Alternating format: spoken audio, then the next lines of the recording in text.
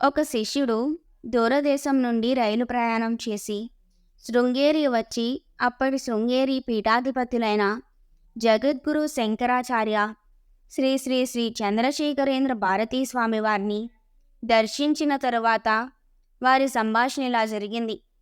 శ్రీ చరణులు, ఇంటి నుంచి నేరుగా వస్తున్నావా, లేక మధ్యలో ఎక్కడైనా ఆగి వస్తున్నావా? శిష్యుడు, లేదు స్వామి, నేరుగానే వస్తున్నాను. శ్రీచరణులు, మొన్న భోజనం చేసి బయలుదేరి ఉంటావు. రాత్రి భోజనం చేయడానికి వీలులేదు. మరి నిన్నటి మాటేమిటి? శిష్యుడు, జోలార్పేట స్టేషన్లో 2 గంటల వ్యవధి దొరికింది. అక్కడే తొందరగా స్నానం చేసి లఘువుగా జపం ముగించుకొని 2 అరటిపళ్ళు మాత్రం తిన్నాను. శ్రీచరణులు, ఓ, స్నానం వదలక చేస్తావన్నమాట. మరి పూజ? శిష్యుడు, స్టేషన్లో పూజ శాంతం చేయడానికి వీలు లేదు.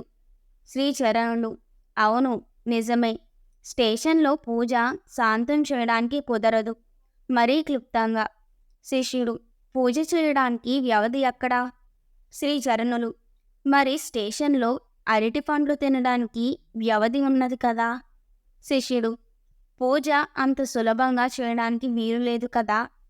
శ్రీచరణులు, ఎందుకు కాదు? నువ్వు తెచ్చిన అరటిపళ్ళు తినడానికి ముందు దేవతార్చనకు అర్పించి తర్వాత ప్రసాదంగా స్వీకరించవచ్చును కదా.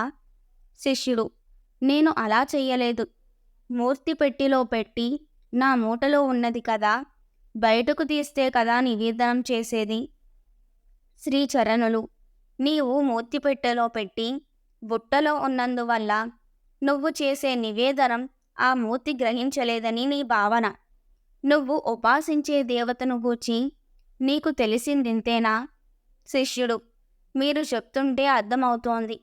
నేను నివేదన చేసి ఉండవచ్చు. శ్రీచరణులు, ఇంతా చెప్పడం మన స్థితి ఎటువంటిదైనా ఉన్నదానిలో మన కర్తవ్యం చెయ్యాలి అని. భగవంతుడు సర్వవ్యాప్తి.